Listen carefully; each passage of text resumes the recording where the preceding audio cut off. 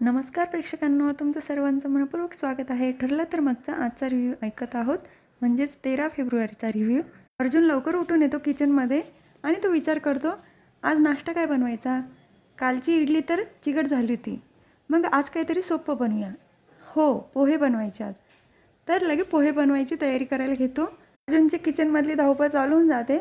पोहे धुवणं, कांदा कापणं, त्याच वेळेला लगेच दूधवाला पण येतो. अर्जुन पातेलं घेऊन जातो. त्याच वेळेला कांदा फ्राय करायला ठेवलेला असतो गॅसवर. तर तिला पातेलं नेतो, ते खूप छोटं असतं. दूधवाला म्हणतो, हे खूप छोटं होईल, थोडं मोठं आणा. त्यानंतर परत किचनमध्ये येतो, मोठं पातेलं नेतो. दूधवाला म्हणतो, पूर्ण मोहल्ल्याचं दूध घ्यायचं आहे का तुम्हाला, हे खूप मोठं झालं. परत जातो, मीडियम साईजचं पातेलं घेऊन येतो. दूधवाला म्हणतो, ये हुई ना बात, एक पूछू सर जी, ये काम आप क्यों कर रहे हो, ये बस की बात नहीं है, मैडम जी अच्छे से करती सब कुछ. अर्जुन म्हणतो, असं काही नाही आहे, जे काम माझी बायको करते ते काम सगळे मी व्यवस्थित करू शकतो, तुझं काम कर. त्याला काहीतरी जळण्याचा वास येतो. तेव्हा त्याला आठवतं की गॅसवर कांदा परतायला ठेवला होता. पटकन किचनमध्ये जातो. त्याच वेळेला न्यूजपेपर देणारा येतो. अर्जुन पटकन ती कढई खाली उतरवतो. परत न्यूजपेपर घ्यायला येतो. पेपरवाला कॅश पेमेंट मागतो, पण मग अर्जुन म्हणतो, मी ऑनलाईन पाठवतो. तेव्हा तो म्हणतो, मॅडमजी तर कॅशच देतात ना. अर्जुन म्हणतो, तू उद्या ये आणि उद्या घेऊन जा, मला खूप कामं पडलेली आहे. अर्जुनची ती धावपळ बघून आपल्याला तर खूप हसायला येतं. आत्ता समजलं असेल त्याला, बायकांची कामं इतकी सोपी नाही आहे. ती धावपळ होते. ते पेपर घेऊन येतो, नंतर रिलॅक्स बसतो. त्याला कळत नाही आता काय करायचं, कारण कांदा पण जळून गेलेला असतो. अर्जुन फोन बघतो तर त्याच्यामध्ये मेसेज आलेला असतो, आज प्रपोज डे आहे, विसरलात नाही ना, संध्याकाळची वाट पहा. तेव्हा अर्जुन परत तिला रिप्लाय देतो, प्रपोज डेचं सेलिब्रेशन करणं नक्कीच स्वयंपाक करण्यापेक्षा सोपं आहे. परत तो मेसेज डिलीट करून टाकतो. असा मेसेज केला तर बायकोला वाटेल की मला स्वयंपाक जमत नाही आहे. टोमणे मारायला तर तयारच असते. डोक्याला हात लावतो आणि म्हणतो, पण आता नाश्ता काय करू मी. मम्मी, काहीतरी करावं लागेल चला, असं म्हणून पटकन किचनमध्ये जातो. तर दुसरीकडे सचिन आणि साक्षी नाश्ता करायला बसलेले असतात. साक्षी फ्रूट कापून देत असते सचिनसाठी. तेव्हा सचिन म्हणतो, सॅम, मला आहे ना तुझ्या हातचं काहीतरी खायचं आहे गं. आपण हे रोज रोज बाहेरून मागतो, तर तू बनवते का पोहे किंवा उपमा. तर साक्षी म्हणते, आता ही अपेक्षा कुठून आली, तुला माहिती आहे ना मला घरातली कामं करायला आवडत नाही आणि ऑर्डर सोडायची नाही. तेव्हा सचिन म्हणतो, अगं ऑर्डर कुठे सोडतोय सॅम, रिक्वेस्ट करतोय, कारण आता आपल्याला एकत्र राहायचं आहे. तेव्हा रोज रोज असं बाहेरून नाश्ता मागवणं किंवा जेवण मागवणं चांगलं नाही ना हेल्थसाठी. साक्षी म्हणते, किमान मी तुझ्यासाठी फ्रूट तरी कापते, पण मग तू काही करतोस का माझ्यासाठी. व्हॅलेंटाईन डे वीक चालू आहे, साधं तू मला एक गुलाबाचं फूलसुद्धा दिलं नाही. काल रोज डे होता ना. तेव्हा सचिन म्हणतो, रोज डे होता काल, मला माहीत नव्हतं, मग तू का नाही दिलं मला. तेव्हा साक्षी म्हणते, सगळं मीच करायचं का, बरं ठीक आहे. तिच्या हातामध्ये सूर्य असतो. मी तुझ्यासाठी माझ्या रक्ताने लव्ह लेटर लिहिते, चालेल. सचिन तिच्या हातातनं सूर्य काढून घेतो आणि खाली ठेवतो. तिच्याजवळ बसतो. सॅम, तुला तर खूप राग आला का. अगं मी तुझ्यासाठी सरप्राईज प्लॅन केलेला होता, गिफ्ट देणार होतो तुला, मला माहिती होतं व्हॅलेंटाईन डे वीक चालू आहे. तेव्हा साक्षीचा राग लगे एका मिनिटात गायब होतो. ती म्हणते, खरंच तू माझ्यासाठी गिफ्ट देणार होता, सरप्राईज प्लॅन केलेला होता तू. Sorry Sachin, I am really very sorry, असं म्हणून त्याच्याजवळ येते. तर सचिन म्हणतो, तुला एक गुलाबाचं फूल हवं आहे ना, तर ठीक आहे, मी तुझी विश पूर्ण करतो, आलोच मी गुलाबाचं फूल घेऊन. तिथून तो निघून जातो. त्याच वेळेला तिथे प्रिया येते आणि ती साक्षीला म्हणते, हां इथे. तेव्हा साक्षी म्हणते, तू याला कसं काय ओळखते, मी तर तुमची ओळख पण नाही करून दिली, आम्ही दोघं लग्न करणार आहोत. तेव्हा प्रिया म्हणते, अगं लग्न, आणि तू याच्याशी. सचिन आहे ना, हा माझ्या सख्या नंदेचा नवरा आहे, अस्मिता याची बायको आहे, अर्जुन सुभेदारची बहीण. हे ऐकल्यानंतर साक्षीच्या पायाखालची जमीनच सरकते. तर प्रिया म्हणते, मागे कॅनडाला गेली होती ना अस्मिता, त्यानंतर प्रेग्नेंट होऊनच घरी आली. साक्षी म्हणते, हे सगळं खोटं आहे. तेव्हा प्रिया म्हणते, अगं अस्मिता आणि सचिनचं लग्न झालं आहे हे जग जाहीर आहे, हवं तर कोणालाही जाऊन विचार. पण मग तू आता काय करशील, शांत हो शांत हो.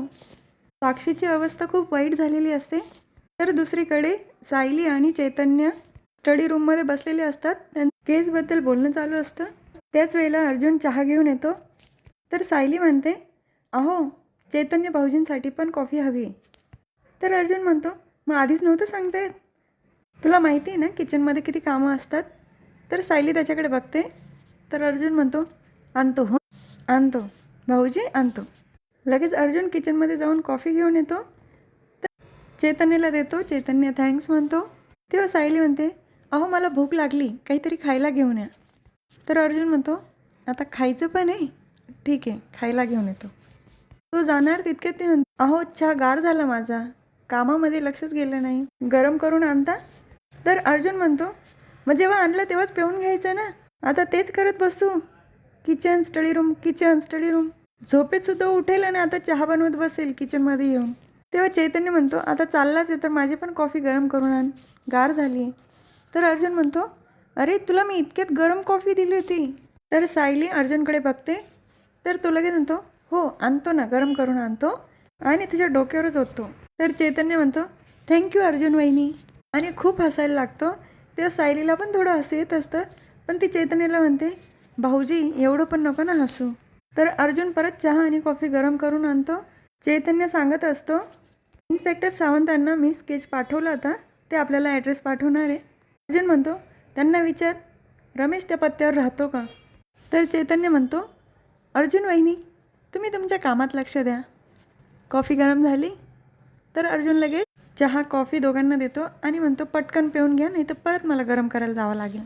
चैतन्य म्हणतो, आज प्रपोज डे, तू सायली वहिनीसाठी काही प्लॅन केलं आहे का नाही. तर अर्जुन म्हणतो, जेव्हापासून माझ्या बायकोशी लग्न केलं तेव्हापासून ही किचनची ड्युटी चालू झाली. तुला वाटतं मी परत प्रपोज करेल. आणि मला आता या गोष्टीवर वाद घालायचा नाही, टॉपिक चेंज. तिथून प्रिया चाललेली असते. तर ती अर्जुन सायली त्यांचं बोलणं ऐकते. ती लगेच जिन्यामध्ये लपते. तू एक काम कर, सावंतांकडून रमेशचा ॲड्रेस घे आणि जेव्हा तू जाशील तेव्हा मी पण येईल, कारण माझी बायको नेहमी असते ना माझ्याबरोबर. पण हो, तिच्यासारखी अशी मोठी पर्स घेऊन मी काय फिरणार नाही. चैतन्य हसतो. तेव्हा सायली म्हणते, कळलं हां कळलं, किचनमधली कामं खोळंबली असतील, आधी ते करा. आणि हो, मला खायला काहीतरी करताय ना, आहे लक्ष त्यांच्या, आणतो हां बायको, आणतो. सगळं बोलणं प्रिया ऐकत असते. अर्जुन तिथून निघून जातो. तेव्हा प्रिया मनातच विचार करते, हे त्या ट्रक कंपनीच्या साईड मॅनेजरला भेटायला जात आहेत आणि याबद्दल नागराजला आणि महिपतला तर कळायलाच पाहिजे. तर तिथून ती निघते. तेव्हा सायली म्हणते, अहो चैतन्य भाऊजी, सकाळपासून आपण ही 7वी केसबद्दल बोलतो आहे. तेव्हा चैतन्य म्हणतो, अर्जुन एका दिवसात 15-15 केसेस हँडल करतो आणि एका वेळेला 25 केसेस चालू असतात. तेव्हा अर्जुन तिथे येतो आणि तो म्हणतो, एका वेळेला एवढे केसेस हँडल करणं सोपं नाही आहे किचनसारखं, हे फक्त अर्जुन सुभेदारलाच जमू शकतं. तेव्हा सायली पण मनात विचार करत असते, एवढ्या सगळ्या केसेस एकाच वेळेला हँडल करणं खरंच डोकेदुखी आहे.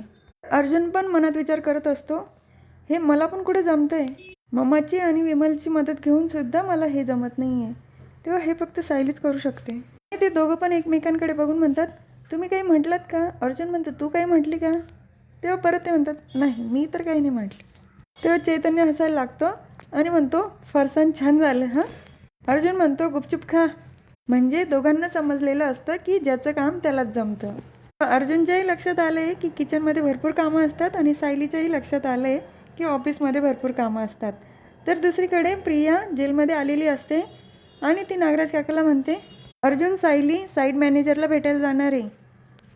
तेव्हा नागराज काका म्हणतात, आता हे काय नवीन. प्रिया म्हणते, नवीन नाही, 22 वर्षापूर्वीचे.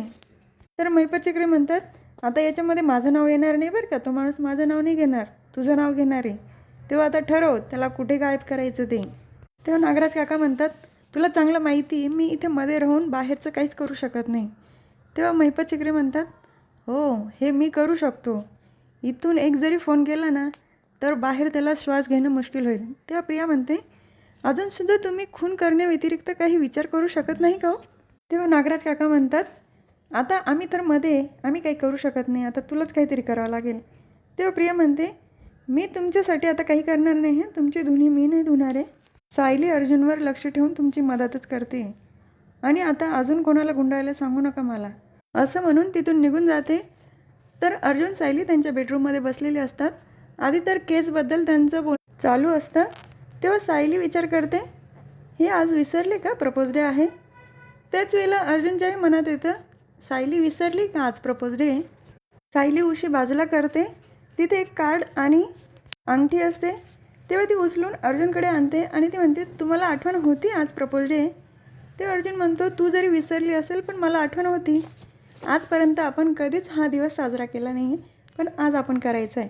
त्यानंतर ते अंगठी घेतो आणि गुडघ्यावर बसतो. तिला म्हणतो, मिसेस अर्जुन सुभेदार, पुढचे 7 जन्म नाही तर पुढचे 70 जन्म तू मला बायको म्हणून हवी आहे. रोज सकाळी उठल्यानंतर मला तुझा चेहरा बघायचा आहे आणि झोपताना तुझाच हात मला माझ्या हातात हवा आहे. तुझं दुःख फक्त माझं आणि माझं सुख फक्त तुझं. मिसेस सुभेदार, 70 जन्मासाठी माझी बायको होशील? हे असं प्रपोज केल्यानंतर सायलीला तर खूप आनंद झालेला असतो. तर हा भाग इथेच संपतो. पुढील भागात बघायला मिळतं की अर्जुनने कार्ड दिलेलं ते पण आवडतं सायलीला. तर अस्मिता अर्जुनला म्हणत असते, तुला आठवण आहे ना आज काय आहे ते? चॉकलेट डे आहे. तर मग लगेच अर्जुन म्हणतो, हो मला माहिती आहे ना, छान चॉकलेट आणणार आहे मी माझ्या बायकोसाठी. तेव्हा अस्मिता म्हणते, तू स्वतःच्या हाताने चॉकलेट बनवायचे. त्यानंतर तिथे सायली आलेली असते. ती चैतन्याला म्हणते, चला भाऊजी निघायचं ना. तेव्हा चैतन्य म्हणतो, आज आपल्याला सर्वात आधी ST इंडस्ट्रीच्या साईटवर जायचं आहे. तेव्हा अर्जुन म्हणतो, तू अजिबात जायचं नाही तिथे. नाही म्हणजे नाही. तर दुसरीकडे सायली साईटवर पोचलेली असते. तर हा भाग इथेच संपतो. उद्या पुन्हा भेटूया. ठरलं तर मागच्या पुढच्या रिव्ह्यूमध्ये. तुम्हाला माझा आजचा रिव्ह्यू आवडला असेल तर माझ्या व्हिडिओला लाईक करा, शेअर करा, सबस्क्राईब करा, बेल आयकॉन दाबायला विसरू नका. टाटा बाबा अँड टेक केअर.